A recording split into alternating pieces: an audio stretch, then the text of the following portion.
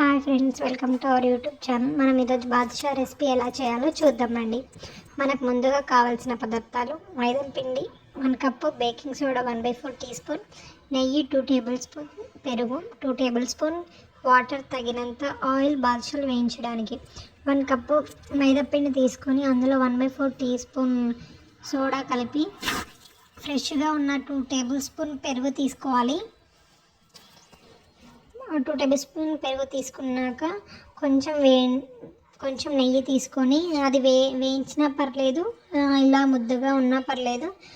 మిశ్రమాన్ని మంచిగా మొత్తం కలుపుకొని ఇలా సాఫ్ట్గా వచ్చే వరకు ముద్దగా పిసకండి.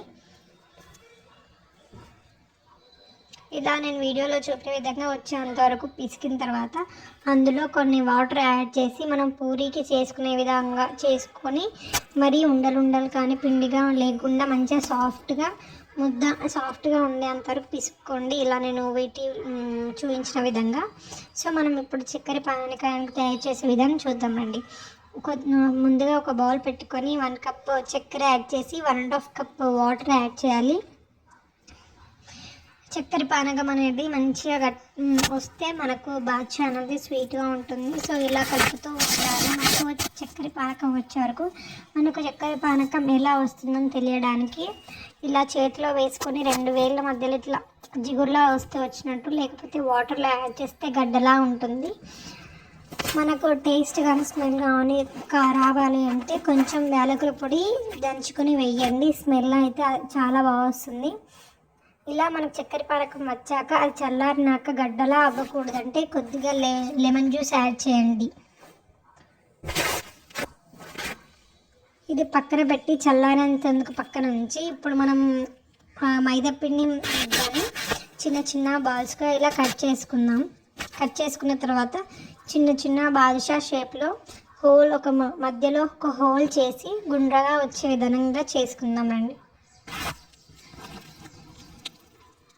ఇలా నేను వీడియోలో చూపించిన విధంగా చేయండి. చాలా షేప్ అనేది నీట్గా కనిపిస్తుంది, బాగా కనిపిస్తుంది. ఇలా అన్నీ చేసిన తర్వాత ఇవి పక్కన పెట్టుకొని కడాయి పెట్టుకొని అందులో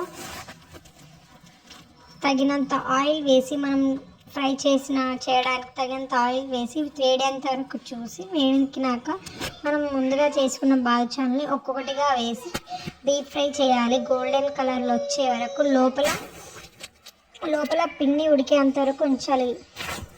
ఇలా మధ్యలో మనం టూ సైడ్స్ తిప్పుతూ ఉండాలి. లోపల కూడా బాగా పిండి ఉడుకుతుంది, మన గోల్డెన్ కలర్లో కూడా వస్తుంది.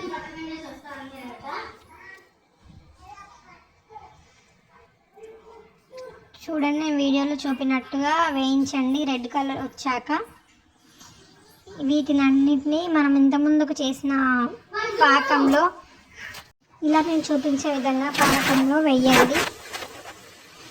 అన్నిటిని వేసాక ఒకసారి 2 సైడ్స్ పొరలించండి. అలా అయితే మనకు చక్కెర పానకం అనేది లోపలికి వెళ్ళి బాగా టేస్టీగా ఉంటుంది.